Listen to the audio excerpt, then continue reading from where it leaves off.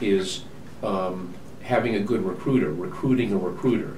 And it was an interesting article. I've been talking about it recently with a lot of candidates who are referred to our company, and clients who have been calling our company based on recommendations. So there was an interesting article I read in the Times last weekend where they talk about recruiting a recruiter, and between their input and mine, hopefully it will be helpful to our client companies and listeners in terms of picking a recruiter to help you with the search.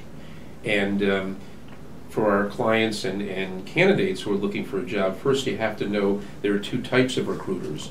One is a retained recruiter. That's where a company or organization retains a company, pays them an upfront amount to vet candidates for a particular search, and then bring those candidates before the organization to start interviewing.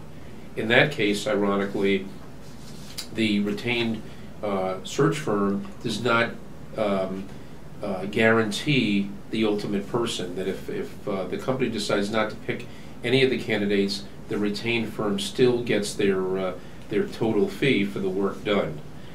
They also, a lot of time on the candidate side, is the retained search firms will touch base with you when they have a need, but what they won't do is they won't touch base with you when there's no need. In other words, to keep you apprised of situations, because they are a retained firm. The other type of firm, though, that people really need to keep in touch with from an employer standpoint and a candidate standpoint is the contingent recruiter.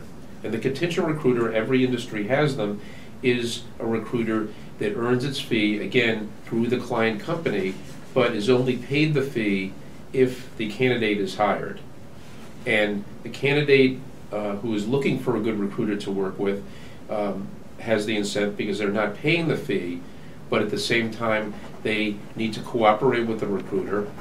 They need to use a recruiter that is part of their industry, that knows their industry. So for example, if you're a doctor... Does it really help to know the industry, or is it more important first, if you're prioritizing it, that you're good at knowing people?